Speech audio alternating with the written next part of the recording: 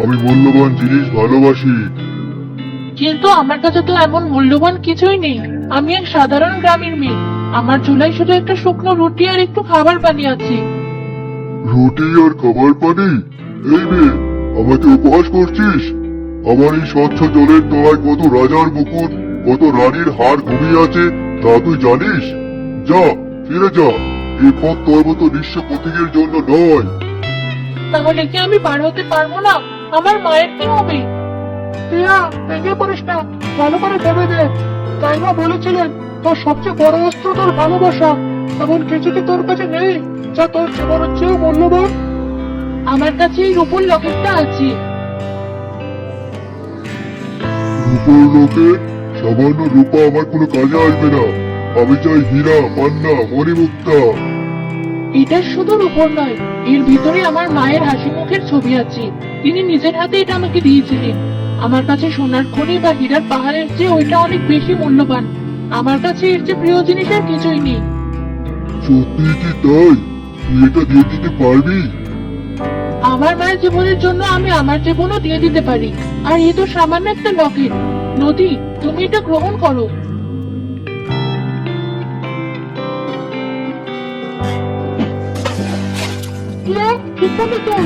ওটা তো তোর মায়ের শেষ স্মৃতিচিহ্ন ছিল।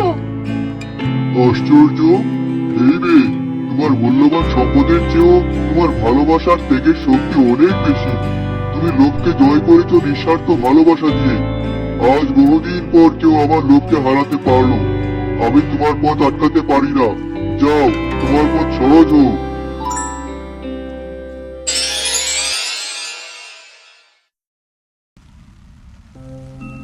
ধন্যবাদ নদী।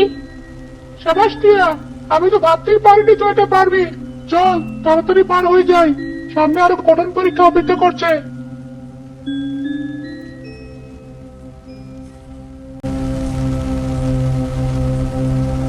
কাঠবিড়ালি, এই জায়গাটা এমন অন্ধকার কেন? গাছগুলো কেমন যেন অদ্ভুত ভাবে জড়িয়ে আছে। আকাশটাও দেখা যাচ্ছে না। আর এই কুয়াশা কোথা থেকে এলো? এটাই দ্বিতীয় পরীক্ষা দিয়া। হানাকারই গোলক দেখা। এখানে পথ খুঁজে পাওয়া খুব কঠিন। আর তার চেয়ে কঠিন হলো মনের জোর ধরে রাখা। কান খারাপ রাখিস, কিন্তু যা শুনবি তা বিশ্বাস করবি না। কি শুনবো? ফিরে যা, ফিরে যা। এই পথ তোর জন্য নয়। দেখ, কেমন বোকা একটা মেয়ে এসেছে। ওরা কি বলে যাবে? কারা তোমরা? কেন আমার ভয় দেখাচ্ছ? তোর মা তোকে ছাড়াই ভালো আছে। সে তোকে ভুলে গেছে। তোর এই কষ্ট করা পুরোটাই বৃথা। না, এটা সত্যি নয়। আমার মা আমাকে খুব ভালোবাসি। টিয়া, ওদের করে কান্দিস না। ওরা তোর মনে চোখ ভাঙতে চাইছে। টিয়া মা, ফিরে আয়। এই ভয়ঙ্কর জায়গা থেকে ফিরে আয়। আমার জন্য তোকে এত কষ্ট করতে হবে না। আমি তোকে ছাড়া থাকতে পারবো না। ফিরে আয় মা। মা, ওটা কি তুমি? তুমি আমায় ডাকছো? কাঠবিড়ালি, ওটা আমার মায়ের গলা। আমি যাবো। না টিয়া, ওটা তোর মা নয়, ওটা মায়া। ওরা তোর দুর্বলতার সুযোগ দিচ্ছে। চোখ বন্ধ কর টিয়া, শক্ত করে চোখ বন্ধ কর। আর তোর মায়ের আসল মুখটা মনে কর। এই মায়ের ডাক শুনিস না? আমার মা আমাকে কখনো বিপদের মুখ থেকে ফিরে আসতে বলতো না। সে আমায় সাহস দিত। তোমরা মিথ্যেবাদী, তোমরা আমার মা নাও। এটা তখন চালাক। আর মনের জোর ভাঙা যাচ্ছে না। আমাকে ভয় দেখিয়ে কোনো লাভ নেই। আমার মায়ের জন্য ভালোবাসা আমার সবচেয়ে বড় শক্তি। তোমরা আমার পথ আটকাতে পারবে না।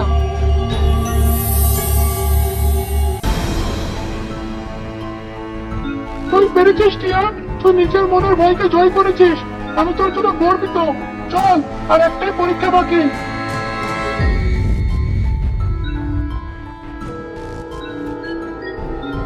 কাঠবিড়ালি, ওই দেখো কি সুন্দর একটা দিঘি। জল থেকে কেমন নীল আলো বের হচ্ছে। আর ওই তো দিঘির মাঝখানে সে 7 রঙা ফুল। হ্যাঁ টিয়া, তুই তোর গন্তব্যে পৌঁছে গেছিস। কিন্তু তাড়াহুড়ো করিস না। দেখ, ফুলের নিচে যে পাথরটা আছে ওটা সাধারণ পাথর নয়।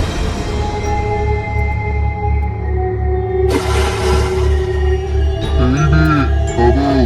আমি এই ওষুধের ফুলের রক্ষক, জ্ঞানবৃদ্ধ মহাকচ্ছপ।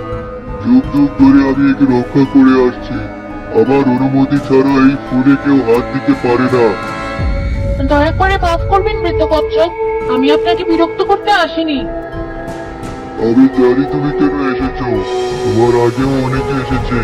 রাজা এসেছে ক্ষমতা বাড়াতে, যোদ্ধা এসেছে অমর হতে, জাদুকর এসেছে শক্তি অর্জন করতে, কিন্তু কেউ এর যোগ্য ছিল না। তাই তারা ব্যর্থ হয়ে ফিরে গেছে। তুমি কেন নিজেকে যোগ্য মনে করছো? আমি নিজেকে যোগ্য মনে করি না বৃদ্ধ কচ্ছপ। আমি শুধু একজন অসহায় সন্তান। আমার মা খুব অসুস্থ, এক মায়ার ঘুমে তিনি আচ্ছন্ন। একমাত্র এই ফুলের একটি পাপড়ি তাকে সেই ঘুম থেকে জাগিয়ে তুলতে পারে। আমি নিজের জন্য কিছু চাইতে আসিনি। ভালোবাসার চেয়ে মহৎ কোনো কারণ থাকতে পারে না। আমি তোমার যাত্রাপথের কথা শুনেছি। তুমি লোভী নদীকে তোমার সবচেয়ে প্রিয় জিনিস দিয়েছো। তুমি কানাকানের গোলকধাঁধায় নিজের ভয়কে জয় করেছো। তোমার মধ্যে সততা আর সাহস আছে।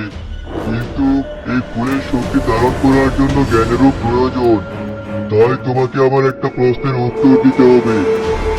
আমি প্রস্তুত, আপনি প্রশ্ন করুন। তাহলে শোনো, আমার প্রশ্ন হলো, এই পৃথিবীর সবচেয়ে শক্তিশালী জিনিস কি? ভেবে উত্তর দিও। ভুল উত্তরে তুমি চিরদিনের জন্য এই দিঘির পাথর হয়ে থেকে যাবে। সবচেয়ে শক্তিশালী জিনিস ক্ষমতা, অর্থ, জ্ঞান। টিয়া, সাবধানে উত্তর দিস। বৃদ্ধ কচ্ছপ, আমি অনেক ভেবেছি। আমার মনে হয় পৃথিবীর সবচেয়ে শক্তিশালী জিনিস হলো দয়া আর করুণা। করুণা? কেন এমন মনে হলো তোমার? ভালোবাসা বা সাহসের কথা কেন বললে না? তরবারির শক্তি, ঝড়ের শক্তি বা পর্বতের শক্তির কথা কেন বললে না? কারণ তরবারি আঘাত করতে পারে, কিন্তু ভাঙা মন জোড়া লাগাতে পারে না। ঝড় সবকিছু ধ্বংস করতে পারে, কিন্তু নতুন কিছু সৃষ্টি করতে পারে না। সাহস হয়তো ভয়কে জয় করতে পারে, জ্ঞান হয়তো অনেক বড় রহস্যের সমাধান করতে পারে, আর ভালোবাসা হয়তো অনেক বড় ত্যাগের জন্ম দিতে পারে। কিন্তু দয়া বা করুণা একমাত্র জিনিস যা একজন শত্রুকেও বন্ধু বানাতে পারে, যা কঠিন হৃদয়কে মোমের মতো নরম করে দিতে পারে।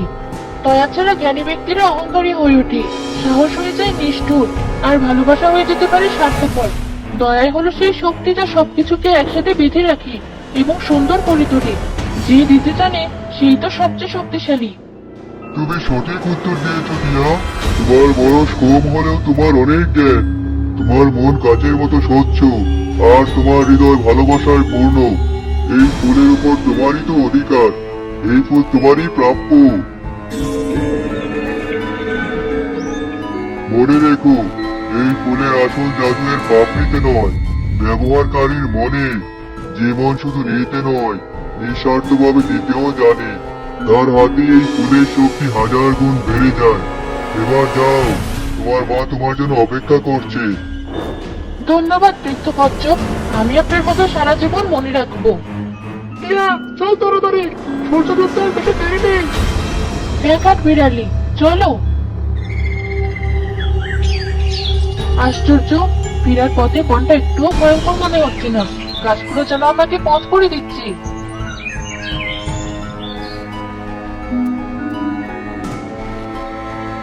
মা, মা, আমি ফিরে এসেছি। তোমার জন্য ওষুধ নিয়ে এসেছি।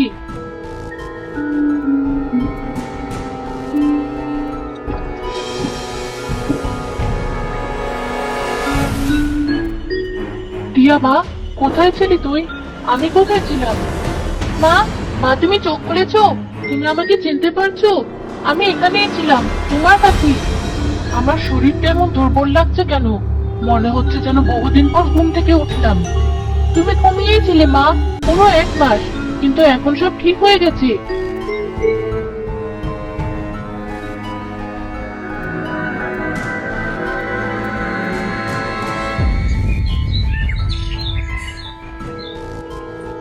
টিয়া মা, ঘরে আছো? হ্যাঁ চাচা, আসুন। কি হয়েছে? আপনার মুখটা এমন শুকনো কেন? আর বলিস না মা, আমার ছেলেটা সেই যে জ্বরে পড়লো, আর তো উঠতেই পারছে না। বৈদ্যমশাইও জবাব দিয়ে দিয়েছেন, এখন উপরওয়ালায় ভরসা। চাচা, আপনি দাঁড়ান, আমি আসছি। এই পাপড়িটা জলে গুলিয়ে আপনার ছেলেকে খাইয়ে দিন। আশা করি সৃষ্টিকর্তার রহমতেও সুস্থ হয়ে উঠবে। দেখি মা, এ তো সেই আশ্চর্য ফুল। তোর মায়ের জন্য এটা তুই জীবন বাজি রেখে এনেছিস, আর তা তুই আমাকে দিচ্ছিস? আমার মায়ের চেয়ে আপনাদের কষ্ট কম নয় চাচা, আপনি এটা নিয়ে যান।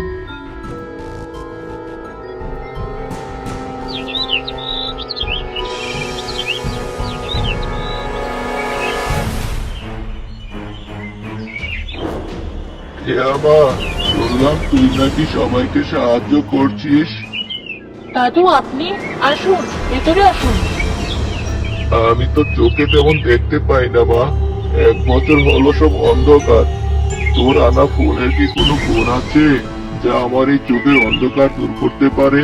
আমি জানি না দাদু, কিন্তু চেষ্টা করে দেখতে তো কোনো ক্ষতি নেই।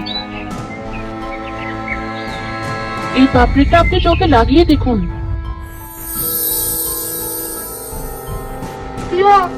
তুই তো প্রায় সব পাপড়ি বিলিয়ে দিলি, আর তো মাত্র একটা বাকি। তোর নিজের জন্য তো কিছুই রাখলি না। সবার মুখে হাসি দেখার চেয়ে বড় আনন্দ আর কি আছে কাঠবিড়ালি? একটা পাপড়ি যথেষ্ট। একই কাঠবিড়ালি, দেখো কি আশ্চর্য! কি হয়েছে? তবে দেখো, আমি যেখান থেকে পাপড়িগুলো ছিঁড়ে নিয়েছিলাম সেখানে আবার নতুন কুড়ি গজিয়েছে। বলিস কি? এ তো ভারী আশ্চর্যের কথা। আমি এখন বুঝতে পারছি কাঠবিড়ালি, বৃদ্ধ কচ্ছপ ঠিকই বলেছিলেন। এই ফুলের আসল জাদু এই পাপড়িতে নয়, ব্যবহারকারীর মনে। একে যত অন্যের মঙ্গলের জন্য ব্যবহার করা হবে, এর শক্তি তত বাড়তে থাকবে। ভালোবাসার দয়া বিলিয়ে দিলে কখনো ফুরিয়ে যায় না, বরং বহুগুণে বেড়ে ওঠে। তুই ঠিকই বলেছিস টিয়া, তুই শুধু তোর মাকে বাঁচাসনি, তুই পুরো গ্রামটাকে বাঁচিয়েছিস। তুই শিখতে পেরেছিস পৃথিবীর সবচেয়ে বড় শক্তি হলো নিঃস্বার্থ ভালোবাসা ও করুণা।